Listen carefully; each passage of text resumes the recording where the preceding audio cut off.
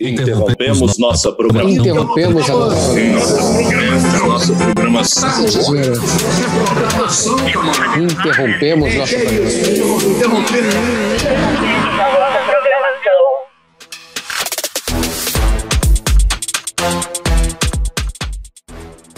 Oi, gente! E aí, prontos para falar sobre mais uma semana frenética na corrida eleitoral?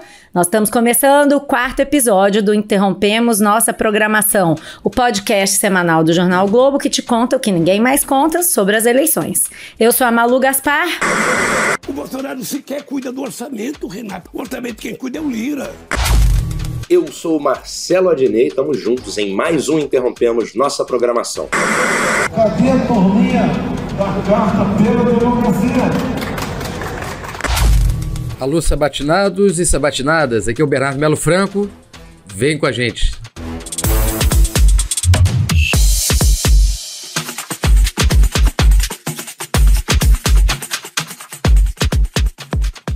E o grande assunto da semana foi o desempenho dos candidatos à presidência nas entrevistas do Jornal Nacional.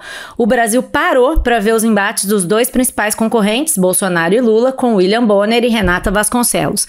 Ciro Gomes também foi entrevistado, mas sua fala não gerou a mesma expectativa nem a mesma repercussão. E o saldo não chegou a ser ruim, nem para o Bolsonaro, nem para o Lula. Bolsonaro apareceu na TV com uma retórica controlada, sem agressividade aos ataques de sempre, mas com um discurso, assim, defensivo. Já Lula fez o contrário, um discurso de pacificador com uma retórica mais inflamada. Meninos, eu queria ouvir de vocês, já que as entrevistas foram acompanhadas, assim, como final de Copa do Mundo, pelas torcidas apaixonadas. Quem ganhou, quem perdeu, ou como diz a Dilma, ninguém ganhou, ninguém perdeu, vai todo mundo perder. Nem ninguém vai ganhar, nem quem perder, nem quem ganhar vai perder, vai todo mundo perder. E todo mundo ganhar. É isso aí. Na verdade, Malu, eu tentei ver todas as sabatinas sem carga emocional, pré-julgamento, assim, preferência, vamos simplesmente ver. Como eu imaginei assim, se eu fosse um sueco, vendo isso pela primeira vez, eu não conheço os candidatos, quem são essas pessoas, sem preconceito, vamos lá. Eu achei as sabatinas ótimas, ao contrário do que eu li por aí, eu li coisas muito inflamadas, né? Inclusive criticando Bonner e Renata de forma contundente, charges com os dois, insinuações de que eles estariam combinando perguntas e respostas, atacando um, popando o outro. Eu não achei nada disso, achei os dois ótimos. É muito difícil fazer aquilo, você sentar na frente de um político profissional e que é todo ensaboado, que está preparado, e você manter a sua isenção, a compromisso com a informação. Então, primeiro, eu achei os dois maravilhosos. E os candidatos foram bem, os três foram bem. Né, eu achei que o Bolsonaro teve uma tônica ali de tentar se controlar, de ser menos agressivo do que ele normalmente é. E ele conseguiu, eu acho, sim. Teve um momento muito bom na sabatina em que ele falou: não, tá bom, eu sou a favor aí das eleições ali, aceitar o resultado aí das urnas aí.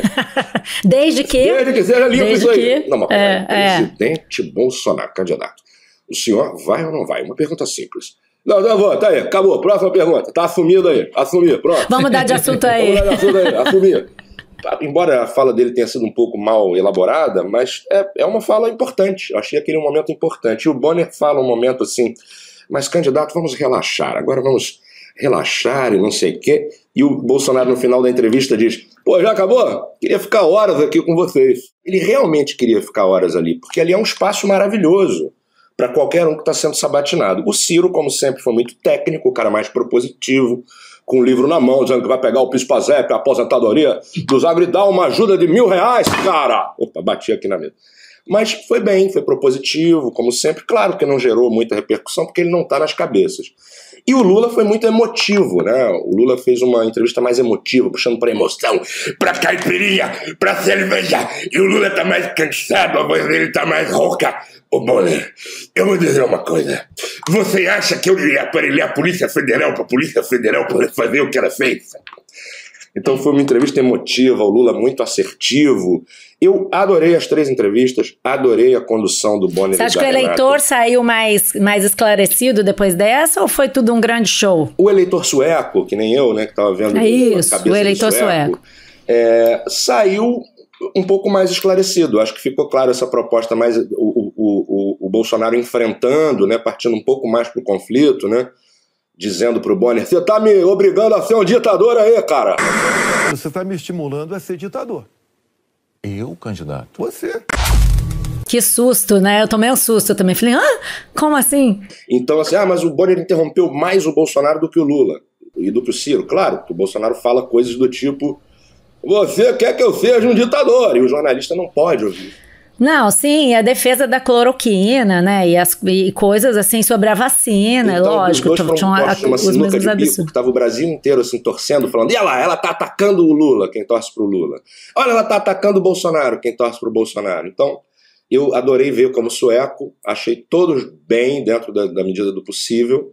Mas acho que no fundo, o Lula conseguiu fazer um discurso mais agregador, mais chega todo mundo junto, conciliador, vamos lá, apaziguar o Brasil, mais emotivo, né, mais forte, cerveja, picanha, futebol. Funcionou, né? Funcionou essa tentativa dele de passar como pacificador e conciliador, sim, né? Eu acho. Mas adorei essa ver. Coisa dele.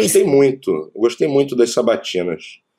Quero muito ouvir o Bernardo. Será que o Bernardo gostou? Bernardo, você não é sueco, né? Então, não sei, assim, você não só não é sueco... Eu queria ser finlandês, ficar aí discutindo as festas da primeira-ministra, né? Se teve topless, não teve topless, se as velhinhas ficaram escandalizadas. Bom, é um país que não tem não tem problema, né? É um problema de país sem problema, né? White people problems, né? Olha, eu concordo com vocês no geral, acho que os 3 candidatos sobreviveram com poucas avarias. O Bolsonaro, ele mentiu como sempre e se controlou como nunca. Quer dizer, ele contou aquelas velhas mentiras dele sobre urna eletrônica, sobre corrupção no governo, meu governo não tem corrupção, falou ali história que ele nunca tinha imitado os pacientes sem ar e tal, e logo depois a internet ficou inundada de vídeos dele, né, imitando, fazendo aquela coisa horrível, como se estivesse agonizando no hospital. Mas, diante das baixas expectativas, né, e da expectativa geral, acho que do confronto, né, que ele fosse pro embate, né, que ele chutasse a canela do Bonner, que ele tentasse roubar o celular da mão da Renata Vasconcelos, ele não tendo feito isso, acho que ele já sobreviveu. O Ciro, Adnei, eu concordo contigo, ele foi tecnicamente ele fez a melhor sabatina, é o cara que usou mais tempo para falar de propostas, né, que mostrou número, embora os números dele teve mais espaço também, né?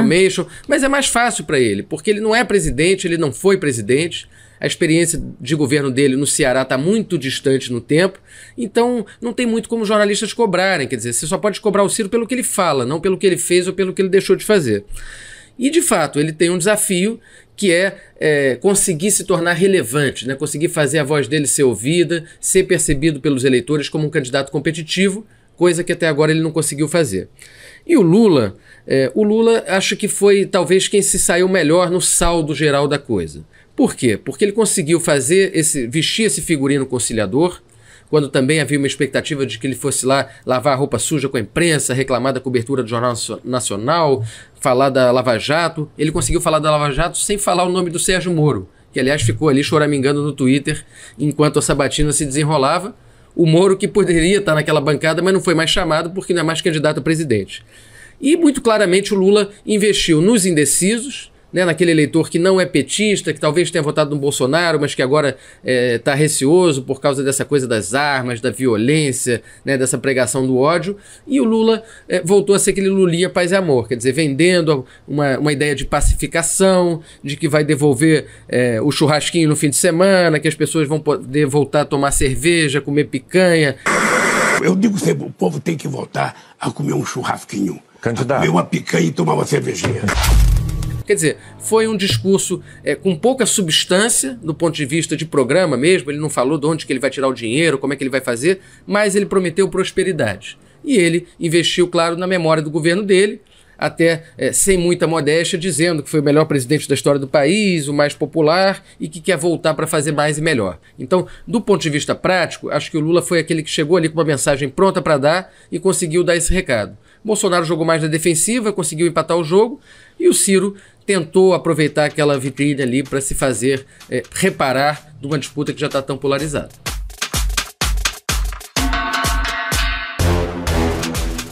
Sobre esse negócio dos indecisos, Bernardo, eu queria agregar aí um comentário que é o seguinte, eu até escrevi na coluna do Globo que eu achava que o Lula tinha revelado mais pelo que não prometeu, em parte por isso, porque eu achei que ele, ao falar, ele primou muito pela forma, ele foi com essa retórica empolgada, ele teve esse discurso, ele sorria ao invés do Bolsonaro, que estava muito tenso, que são coisas, né, que para os maqueteiros, quem conhece de TV, o Adnet sabe, muitas vezes importam mais do que o conteúdo que você está falando, né? A impressão. Muitas vezes o eleitor fala assim, ele ganhou o debate, ele foi bem, então eu vou votar em quem ganhou. Independentemente de que se o cara falou faz sentido ou não. Os marqueteiros dizem isso, a gente está cansado de ouvir que campanha é guerra de narrativa. Não importa quem está falando a verdade, o que realmente conta de fato. Mas eu achei que teve uma questão em relação aos indecisos que depois alguns marqueteiros com quem eu falei ontem e hoje confirmaram, que é o seguinte, o cenário está muito cristalizado, né? 70 e poucos % das pessoas dizem que já decidiram em quem votar. O Lula tem uma intenção de voto bastante alta, 47, 43, conforme a pesquisa. Então, todo mundo que decidiu pelo Lula não vai voltar atrás, com certeza gostou da exibição que ele fez ontem. E aquele pedacinho de indecisos, que não é o 30% do Bolsonaro, é uma galera que está ali, voto, não voto, o que eu faço? Ele não chegou a fazer um discurso encantador para essas pessoas, porque ele, por exemplo, diz que vai combater corrupção, mas não se compromete com a lista tríplice do Ministério Público. Ele diz que vai juntar o agro com o MST, mas fala que parte do agro é fascista. Então, o que eu acho, assim, e os marqueteiros disseram isso, ele abriu uma janela para esse grupo de indecisos, ele conseguiu falar com esses indecisos de uma forma positiva e boa, mas ele ainda não produziu essa virada definitiva. Isso é o que estão dizendo os marqueteiros que estavam na frente dos grupos de qualitativas. Agora, sim, a gente vai ter que ver. O que eu acho é que ele fez uma etapa muito importante na campanha. Não sei se vocês falaram com gente da campanha, você, Bernardo, principalmente, mas eu ouvi muito que ele estava muito tenso com essa entrevista, porque ele tinha muito medo de o que iam perguntar sobre corrupção, ele sempre achou que ele era odiado pela Globo. Então eu acho que essa entrevista meio que marcou uma nova etapa na relação do Lula com a imprensa e com a própria campanha eleitoral, né? Isso acho que pode abrir, por exemplo, espaço para ele dar entrevistas para grandes veículos de imprensa, que é uma coisa que é esperada a partir de agora. Mas eu acho que tem um fator nisso aí, que é o seguinte, o Lula estava muito determinado a se mostrar como um sujeito sem rancor, sem ressentimento, que o que passou é página virada, que ele agora está pensando para frente. Ele disse isso. Ele disse isso literalmente, e ele exerceu isso no momento que ele não usou aquele palanque eletrônico ali para lavar roupa suja, né, para discutir a relação com a imprensa. Coisa que ele vinha dizendo em muitos discursos, né? Ele sempre cobrava, especialmente o Jornal Nacional, fazia lá uma contabilidade. Quero desculpas. Não sei quantas horas de noticiário negativo para mim, e eu quero que o Bonner me peça desculpa e tal. O que houve no começo da entrevista foi que o Bonner falou uma frase mágica. O senhor não deve nada à justiça. E aí me deu a impressão de que o Lula falou, beleza, então não vou nem falar sobre os meus processos, nem me pergunte sobre triplex, nem sobre sítio, nem sobre nada. Fez uma coisa genérica ali, dizendo, olha, combatemos a corrupção, criamos a CGU, etc e tal, e saiu tocando a bola dele adiante, dizendo o que ele queria dizer. Sobre os indecisos, Malu, uma coisa que eu tenho ouvido de gente que faz pesquisa, que eu acho importante a gente levar em consideração, é o seguinte, o indeciso que está na cabeça do candidato não está na nossa bolha da classe média, naquele eleitor que votou na PSDB e mudou de ideia e não sabe se vai da terceira via, etc e tal. Esse indeciso tem muita presença nos jornais, mas não tem tanto assim no conjunto do eleitorado. O indeciso que os candidatos estão procurando nesse momento é majoritariamente mulher, muitas vezes evangélica, de classe média baixa, quer dizer, com dificuldade ali para tocar a vida, e foi para essa gente que o Lula falou, quer dizer, prometendo botar o filho na universidade de novo, prometendo dinheiro no fim do mês, e até roubando, de certa forma, uma proposta do Ciro, no finalzinho. Eu não sei se vocês repararam ali nas considerações finais, o Lula vai lá e diz, olha, inclusive, vou ajudar os endividados, tem não sei quantos milhões de endividados, vou pagar as contas, vou ligar pro banco, 6 milhões. É o SPC do Ciro. Então, sem falar diretamente pro eleitor do Ciro, vote em mim, ele foi lá e disse, olha, isso que o Ciro está dizendo que vai fazer, eu também faço. Então, vocês já podem vir pro lado de cá. Sim, foi tudo muito calculado. Todos falaram das mulheres, mães de família, mulheres de família, né? Todos os três citaram esse nicho específico que tem bastante indecisos e que, onde o Bolsonaro, por exemplo, perde, né, de forma gritante. Tem duas coisas que eu destaco aí também, que são o primeiro, um comentário do Chico Barney, que diz o seguinte: fiquei muito preocupado com a velocidade com que o Bonner respondeu que não ia ficar para sempre na bancada do Jornal Nacional. Um dos candidatos falou, Bonner, você não vai ficar para sempre. Eu acho que foi o Lula ali. Com certeza não. Deu uma resposta rápida, assim, não, eu tô indo embora. Rei morto, rei posto, né? Ele tava falando sobre a saída dele e a posse da Dilma, né? Tava falando de indecisos e nichos aí, né? A gente viu o Bolsonaro com whey protein, né? Agora ele vai fazer uma live com influenciadores marombentos e tal, e desfilando o coração de Dom Pedro. É uma coisa surreal, acho que são as coisas mais surreais da semana, né? Esse foco do Brasil em jet ski, whey protein, e o coração, diga-se de passagem, inchado de Pedro, hein? Preocupado com Pedro. O Adilho, eu vi um cara no Twitter dizendo que é o seguinte, é um coração em compota. É a compota. Sabe aqueles doces de coração que vendem na Serra de Petrópolis, né? Doce de figo, doce de pêssego, botaram o coração do Dom Pedro num vidro daqueles, seguraram ali 188 anos e agora importaram o coitado do Dom Pedro para virar cabo eleitoral do Bolsonaro, né? Triste fim do imperador. Agora disseram também que daqui a alguns anos, para a gente se vingar, que Portugal vai receber o cérebro do Bolsonaro daqui a 50 anos. Mas ainda não acharam um vidro tão pequeno.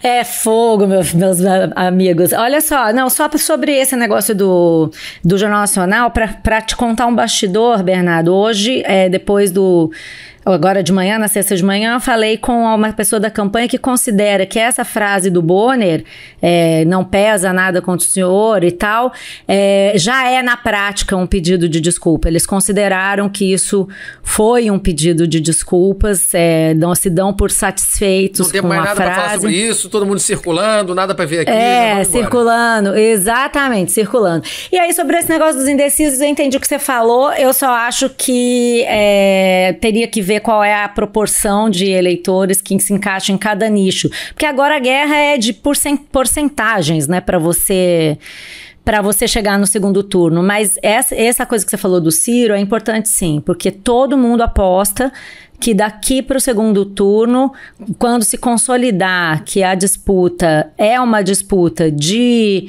Lula com Bolsonaro e o Ciro não tem mesmo nenhuma chance, muita gente no final vai migrar para 13 na urna e o Ciro vai desidratar.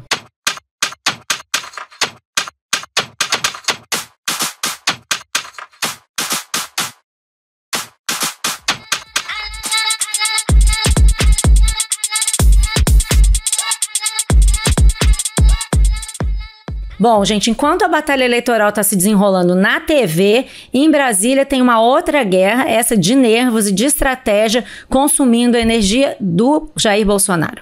É a queda de braço do ministro do Supremo e presidente do Tribunal Superior Eleitoral, Alexandre de Moraes, com o bolsonarismo. Com uma mão, o Xandão recebe os militares e continua acenando com a possibilidade de fazer concessões em relação àqueles pedidos que eles fazem para supostamente melhorar a segurança das urnas eletrônicas. Com a outra mão, o Xandão desencadeou uma operação de busca e apreensão sobre empresários bolsonaristas que faziam parte de um grupo de zap chamado Empresários e Política. Nesse grupo, eles defendem abertamente a ditadura e a realização de um golpe de Estado, caso o Lula ganhe a eleição, para impedir a posse do Lula. Mas a operação está sofrendo críticas de vários juristas, porque, inclusive juristas anti-Bolsonaro, porque ainda não se sabe se entre as evidências recolhidas pelo Xandão para autorizar busca, quebra de sigilo e outras medidas, há evidências que vão além das mensagens. A decisão que autoriza a operação está sob sigilo, então a gente tem que esperar. Bernardo, eu tenho uma fonte antiga do Centrão que foi contra a Lava Jato, aliás, foi alvo da operação e sempre me diz, e agora está engajado no governo Bolsonaro, que me diz uma máxima que eu levo para a vida. Estado de Direito é o que nos favorece. Quando não favorece, é Estado policialesco. Você acha que essa máxima se aplica a esse caso? Olha, Malu, essas fontes da Lava Jato costumam ser as melhores. Inclusive, teve muita gente chorando naquele momento de mais prisões e tal, porque o caderninho de telefone a gente só ia riscando, né? Esse aqui não pode mais atender. Esse aqui não vai me contar mais nada. Esse aqui agora só em Curitiba. O problema é esse, não, o cara tem um celular apreendido, como é que você fala com ele? Levaram os profissionais, só deixaram os amadores, né? Mas hoje eles estão soltos e graças a Deus a gente continua falando com eles. Hoje tá todo mundo de volta, menos o Sérgio Cabral, né? O esquecido, o náufrago, né? Até o Eduardo Cunha, né, cara? Até o Eduardo Cunha tá mandando muito. Olha, sobre essa operação é o seguinte, do ponto de vista político, acho que ficou bem claro que o Alexandre de Moraes acabou queimando parte do capital político que ele tinha acumulado na semana passada, naquela posse que congregou todo mundo, que teve aplauso de pé. Provavelmente, se a posse fosse hoje, ia ter menos gente se levantando para aplaudir. Agora, por quê? Porque ele mexeu com o interesse de muita gente e de gente poderosa. Quando a gente vê a Fiesp, que tinha assinado lá a Carta pela Democracia, agora assinando um libelo pela liberdade de expressão, o que a gente está vendo ali é um pouco também uma defesa corporativista, né, de empresário defendendo empresário, eu posso ser você amanhã, não quero que vejam que está no meu grupo de Zap. Como a gente não viu a decisão do Alexandre de Moraes, a gente não teve acesso a esses autos, acho que tem que ter muita cautela na hora de comentar se o ministro teve ou não teve fundamento para decretar essa medida, que, claro, é uma medida invasiva, é uma medida excepcional, não é uma coisa trivial você aprender celular, quebrar sigilo das pessoas. O que muita gente aposta, inclusive ministros do Supremo, com quem eu conversei, você deve ter conversado também, Malu, é que ao decretar essas medidas tão duras, o Alexandre de Moraes, na verdade, estava focando menos na conversa dos empresários, ou seja, nas ideias que eles tenham, se eles querem golpe, não querem golpe, se eles estão com saudade da ditadura, se eles querem bater continência para o capitão até morrer, e mais preocupado com a questão do financiamento dos atos de 7 de setembro. A gente está faltando poucos dias aí para esse momento que o Bolsonaro já anunciou como a última manifestação, a manifestação derradeira, aquela em que o bolsonarismo vai mostrar o que quer e o que não quer para o país, e tem usado isso para pressionar a justiça eleitoral, ameaçando até mesmo a não realização das eleições. Então, na hora que o ministro Alexandre de Moraes foca nesses empresários, ele está focando em potenciais financiadores desses atos. Gente que está passando dinheiro por baixo do pano para levar gente para as manifestações, para botar carro de som, para impulsionar conteúdo na internet, para difundir essa máquina das fake news que foi tão importante para o Bolsonaro na eleição de 2018. Então, um pouco de cautela é recomendável. E tem um fator também para a gente comentar, que é a grande hipocrisia envolvendo as críticas a essa operação. A gente sempre vê, quando acontece operação policial em favelas, em áreas pobres, né, contra bandido pé de chinelo, ou mesmo gente inocente que acaba sendo levada aí de cambulhada, o bolsonarismo fica enlouquecido quando aparece alguém para criticar o excesso da polícia. Vocês estão defendendo bandido, direitos humanos é para humanos direitos e tal. Bastou pegar nos empresários amigos do presidente, que está todo mundo aí defendendo o Estado de Direito, as liberdades, cadê a liberdade de imprensa? Então também tem um pouco desse jogo de hipocrisia que você mencionou, Malu, que a gente está vendo de novo agora pelo outro lado. Sim, a hipocrisia dos mesmos caras que antes reclamavam da Lava Jato agora estão achando bom que prendam, que faça operação sobre os empresários. Eu acho que assim, a Lava Jato deixou uma lição pra gente, que é justamente de que não vale a pena você cruzar determinados limites para fazer determinadas investigações, porque você pode inclusive acabar com o propósito daquela investigação, né? Eu acho que nesse caso dos empresários, entendo isso que você está dizendo e realmente acho que a gente tem que tomar muito cuidado para nós, imprensa, também não sairmos condenando coisas que a gente não conhece. E comprando a visão dos empresários, que tem muita voz, tem muita influência, e estão fazendo mas não é só a visão dos empresários, né? Assim, não é só a visão dos empresários. A gente tá vendo que tem alguns elementos que eu acho que é importante a gente considerar. A operação foi feita 2 dias depois da publicação da reportagem que mostrou que os empresários estavam fazendo essas mensagens em cima dos mesmos empresários que estavam nas mensagens, que a gente não sabe quais deles são alvos do inquérito das milícias digitais ao que o ministro Alexandre supostamente se referiu quando fez a operação. E aí você tem essa coisa dos caras dizendo que vão fazer golpe, mas a gente não sabe qual é a evidência. A gente sabe, por exemplo, que o Luciano Hang teria financiado outros atos no passado, blogueiros bolsonaristas, há todas as razões para ter suspeitas sobre isso. Mas eu fico me perguntando, é claro, operação em favela, os caras acham que tem que morrer, e aí o Estado de Direito meio que dane-se, concordo plenamente com você, mas a gente não sabe se fosse um outro alvo dessa operação que tivesse sido atingido só por causa de mensagem de WhatsApp, o que teria sido dito, né? O que eu li no despacho da subprocuradora Lindora Araújo, que também é parte interessada, porque o Augusto Aras é um dos melhores amigos do Meyer Nigri, que é um dos empresários que foi afetado, é que lá no pedido na decisão do Alexandre de Moraes, não se menciona nada além das mensagens. Então, o que eu acho é o seguinte, já que existe essa dúvida, não é possível que não haja nada que o Alexandre de Moraes possa divulgar sobre isso. Uma coisa é você ter que preservar o sigilo da investigação. Organização criminosa é assim, ainda mais se eles estão financiando, se é verdade que eles estão financiando atos por 7 de setembro, você não pode dizer o que você sabe, senão você desmonta a busca de provas. Sempre se falou isso, mas não é possível que não haja nada que se possa saber sobre o que levou o ministro a fazer essa operação. Veja bem, ninguém quer que tenha golpe no Brasil. Eu não acho que é nem justificável. Não, eles querem, essa turma quer. Eles querem que tenha golpe, tenha ditadura e falam isso abertamente, uns com os outros, como se estivessem conversando. Eles querem. Não, sobre tô falando nós que estamos criticando. Eu tô falando do Celso Vilardi, que é um advogado que defendeu muita gente na Lava Jato, que é crítico da Lava Jato. Eu tô falando do Rafael Maffei, que é um jurista que assinou a carta da Democracia. O Bolsonaro até falou isso, né? Cadê o pessoal da Carta Democracia? Tem gente da Carta Democracia defendendo que se respeite o Estado de Direito e, se for o caso, nessa operação, porque essas pessoas sabem que hoje é com esses empresários, daqui a pouco é com a imprensa ou com quem mais que seja. Vamos lembrar que esse inquérito das fake news começou por causa de uma reportagem da revista Cruzoé, e a coisa vai evoluindo, você não sabe onde é que vai parar. O que eu acho é o seguinte, empresário golpista, Sarah Winter que joga rojão em cima do Supremo, Daniel Silveira que incita violência contra o Supremo, isso aí, assim, é inadmissível, é ataque à instituição democrática. Mas e nesse caso, do que a gente está falando exatamente?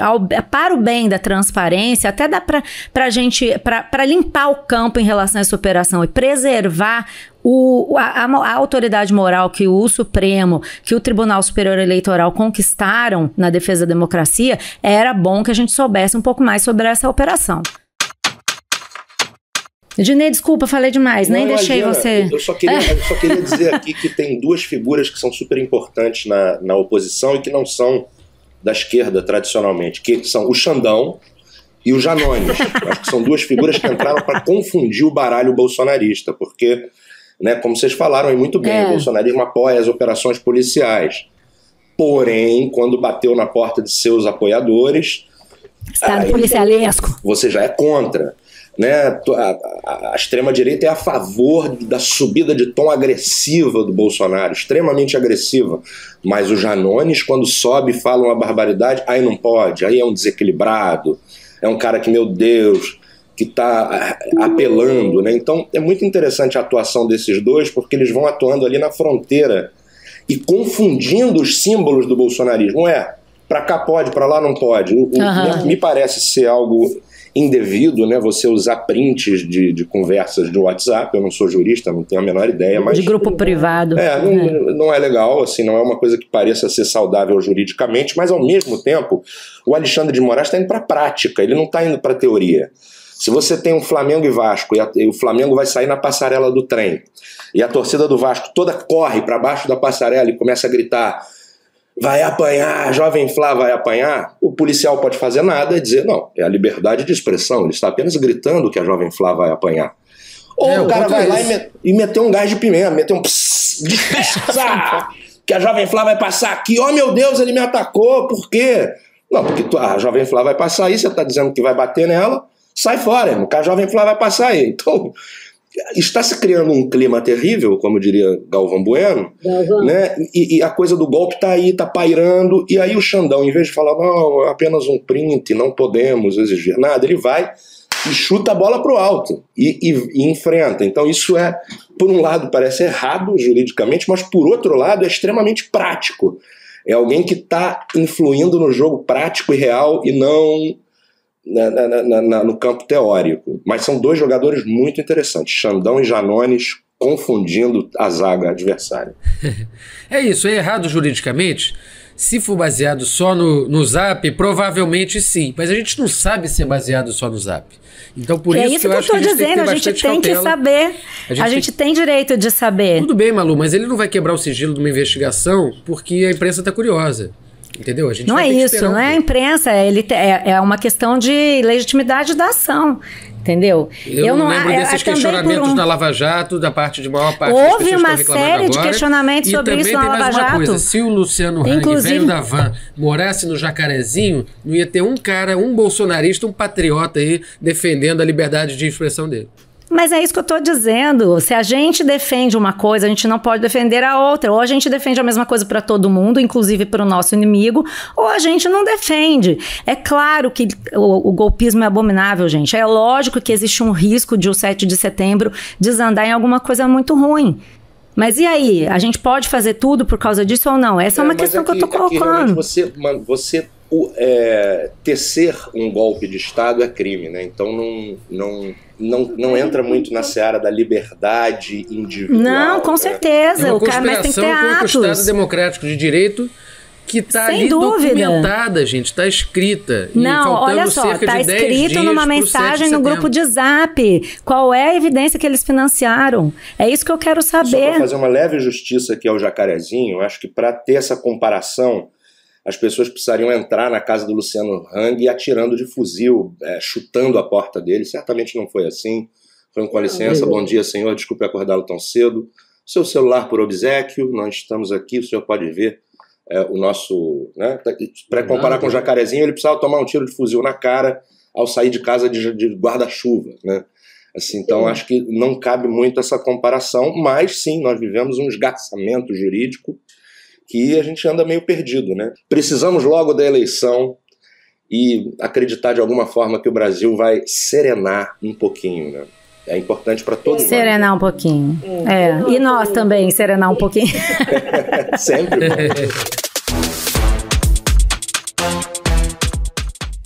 Olha só, e aí, Ednê, você que fez todo esse trabalho de assistir as sabatinas, de observar tudo...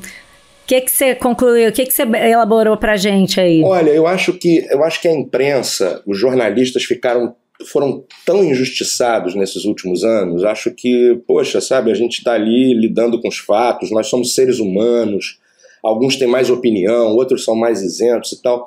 Mas eu, antes de ver as sabatinas, ouvi tantas críticas a Bonner e Renata, e não sei o que, e é difícil estar naquela posição, você não vai agradar todo mundo mesmo, é normal que você cometa um erro ou outro, mas eu queria fazer uma homenagem a eles, de ter encarado Bolsonaro, Ciro e Lula seguidos, que não deve ser mole para ninguém, né? Então eu peguei aquela música do Renato Russo, Eduardo e Mônica, e transformei em Bonner e Renata, e ficou mais ou menos assim.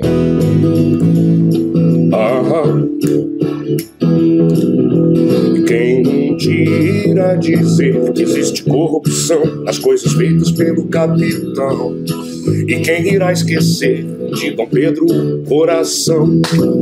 A Renata abriu os olhos, mas não quis acreditar. Ficou passada com Jair aos berros, enquanto Bonner disfarçava o baque e imitava o ar faltando, como eles disseram. Renata e Bonner um dia se olharam sem querer e se esforçaram muito mesmo para o Ciro entender. Pega o fundo de pensão e multiplica por 20. Dá bilhão com B de Bonner, tá no livro que escrevi. Entrevista estranha com gente esquisita, eu não tô legal. Não aguento populista. E o Bonner riu e quis saber um pouco mais do juizinho que tentava impressionar. E a Renata meio tonta só pensava em cervejinha, dose Lula, para de enrolar. Renata e Bonner continuaram sabatinas, muitas vezes não deixando nada pra depois. Só mesmo Sérgio Moro, que está sumido, não sabe pra qual cargo sai em 2022. É isso, parabéns. É isso, gente, é isso, Renata e Bonner.